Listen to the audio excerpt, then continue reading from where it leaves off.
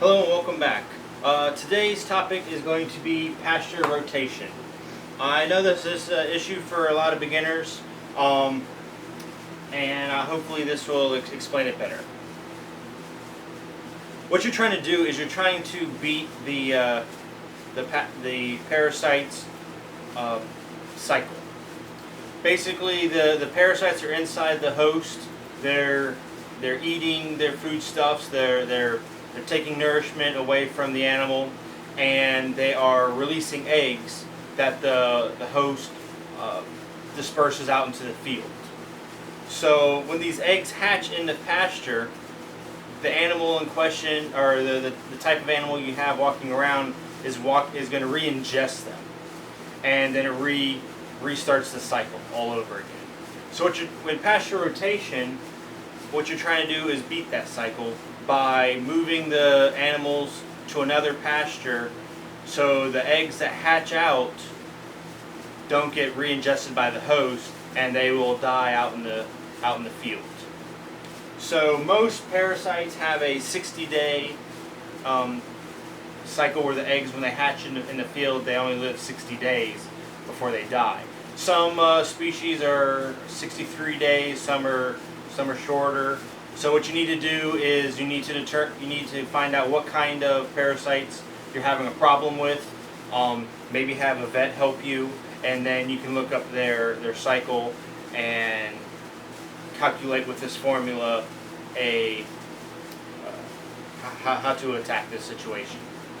So the formula is this: take the egg cycle divided by the total pastures you have on your property minus the one they're currently in, equals the number of days in each pasture. So for example, if the parasites you have can live out in the pasture for only 60 days after they hatch, and you have 11 total pastures, for example, you subtract the one that your sheep or goats or cattle are already in, and so that will turn out to be 6 days per pasture. Now, how does this work in? If you're more of a visual learner, this is how it would work. If you have your farm, which most farms aren't in a perfect square or a rectangle or what have you, it depends.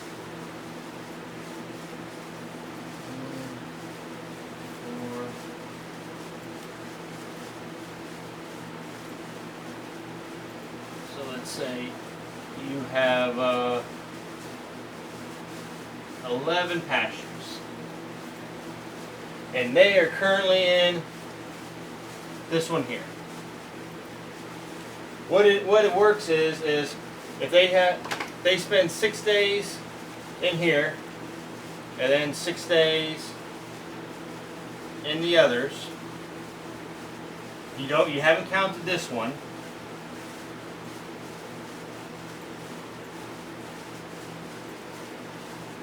When they leave this pasture, they'll spend 6 days, all the way around. So they have spent a total of 60 days outside this pasture. And so when they enter on the 61st day, then the eggs, or the larvae, should be dead.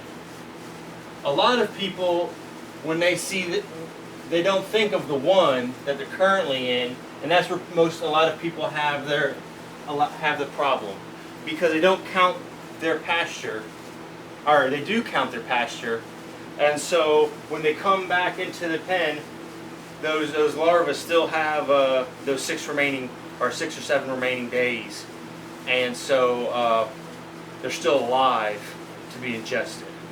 So utilizing it this way will be a great help for you, as this should help you to break because you cannot count the pasture your livestock are in currently. So what a lot of people do is, if they have 3 pastures, they take the 3, and let's say your parasites can live 60 days, which is about average. They say, well, I have 3 pastures divided by the 60, so they're going to be they're going to spend 20 days in this pasture, 20 days in this pasture, 20 days and 20 days. And they say, oh, that's perfect. And that's what they do. And they do that for months and months, and they wonder why the parasite or their livestock get infected. And it's because they didn't do the math right. Because what's happening is, if they're in this pasture here, then they leave, and they spend 20 days in here, and they spend 20 days in here. When they leave this pasture and go back in to the one they started in, these larvae are 41 days old. And so for the next 20 days, they're reinfesting themselves, and they're reinfesting, and then when they go back into this one, they're reinfesting. They don't give any time for the parasites to live. So you might as well just have one pasture, and because it's so it's of no. This is no. If you do it incorrectly, it's of no use, because you're doing the same. You might as well feedlot them, or just have one giant pasture and save your money on fencing.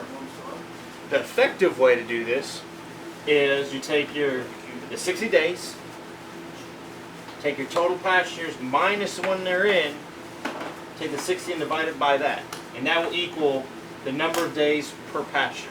So what this should really look like is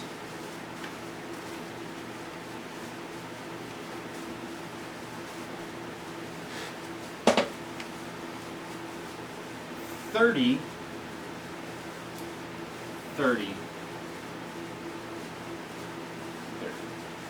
So, if they're in here and they leave, they're going to spend 30 days in here, 30 days in the second pasture, and so when they enter on the 61st day, they've beat the larva life expectancy. So, that's how you calculate it. Now, how does this work if you have more pastures? Well, the formula still applies. If you have 4 pastures,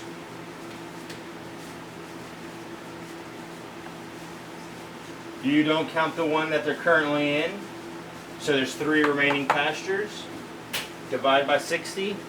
So now you can do 20 days, 20 days, and 20 days. If you have,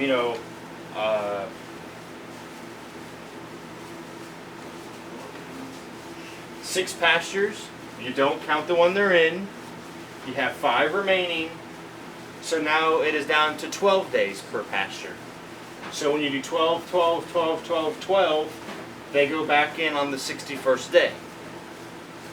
Now what happens if you have an odd amount? When you do the math and it comes to, whatever.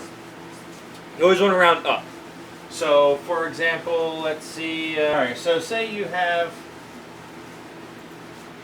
9 pastures.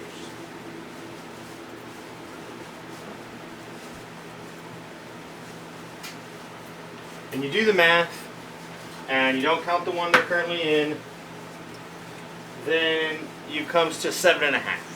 Obviously, you're not going to do 7.5 days per pasture, so you don't want to round down, you want to round up. So they'll spend 8 days in each pasture, which, if they spend 8 all the way around, spend 8 days in each pasture, they, on the 65th day, they will go back into the pasture they started in, which will be more than enough to break the larva lifespan. So, if you use the formula correctly, this is a great way for you to break, to help you with your parasite problems. If you will tune in, we'll have later episodes talking about if you have multi-species farming. So if you have cattle and goats and then poultry, how to optimize this so everyone benefits. We'll also talk about natural wormers, chemical wormers, as well as other foodstuffs to reduce the parasite load. So this series Should be around 5 or 6 videos.